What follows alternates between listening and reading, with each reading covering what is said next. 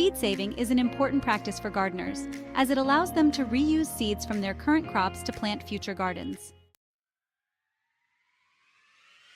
By saving seeds, gardeners can create a sustainable cycle that reduces waste, saves money, and ensures they are growing the plants they love. While this might sound complicated, it's a fairly simple process once you understand the steps and the best plants to save seeds from. Seed saving also helps protect the variety and quality of plants over time. One of the best reasons to save seeds is the ability to preserve heirloom varieties. Heirloom plants are those that have been passed down from generation to generation, often because they grow particularly well in specific regions or have unique flavors. By saving seeds from heirloom plants, gardeners can ensure that they'll have these varieties year after year. Additionally, saving seeds means gardeners can become more self-sufficient, relying less on purchasing seeds from stores. Another benefit is the control it gives gardeners over their crops. Store-bought seeds are often hybrids, meaning they've been bred for specific characteristics, such as size or color. However, hybrid seeds may not produce the same results if planted in future generations.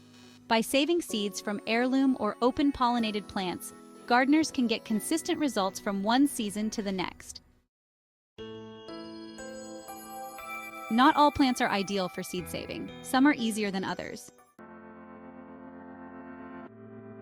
For beginners, it's best to start with plants like tomatoes, beans, peas, and peppers. These are often self-pollinating, which means the plants don't need to rely on insects or the wind to transfer pollen. This makes it easier to grow plants that closely resemble the parent plant. Tomatoes are a favorite for seed saving because they have seeds that are easy to collect and store. Beans and peas are also simple since their seeds are contained in pods that dry out naturally on the plant. Peppers are another easy option because their seeds are large and easy to handle. The process for saving seeds varies slightly depending on the type of plant, but the general steps are the same. First, gardeners need to select the best, healthiest plants from which to gather seeds. These plants should have strong growth, good fruit production, and be free from diseases. It's important to only save seeds from the best plants so that future crops will also be strong and healthy. For some plants, like tomatoes, the seeds need to be fermented.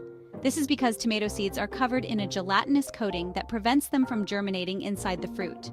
Fermenting removes this coating. To do this, gardeners place the seeds in a jar with water and allow them to sit for several days. Afterward, the seeds are rinsed and dried before being stored. Other seeds, like those from beans or peas, simply need to dry out. Gardeners can leave the pods on the plant until they turn brown and crisp. Then the seeds can be removed from the pods and stored. For peppers, the seeds can be scraped from the inside of the fruit and dried on a paper towel. Cross-pollination occurs when pollen from one plant variety mixes with another, which can result in seeds that don't grow true to the parent plant. This is particularly common in plants like squash, cucumbers, and pumpkins, which rely on insects for pollination. Gardeners who want to avoid cross-pollination should space out different varieties of these plants or use physical barriers like mesh bags to cover the flowers. Once seeds have been collected and dried, proper storage is key to ensuring they remain viable for future planting. Seeds should be stored in a cool, dry place, such as in an envelope or glass jar. It's also a good idea to label the seeds with the plant variety and date they were collected. With proper storage, many seeds can last several years.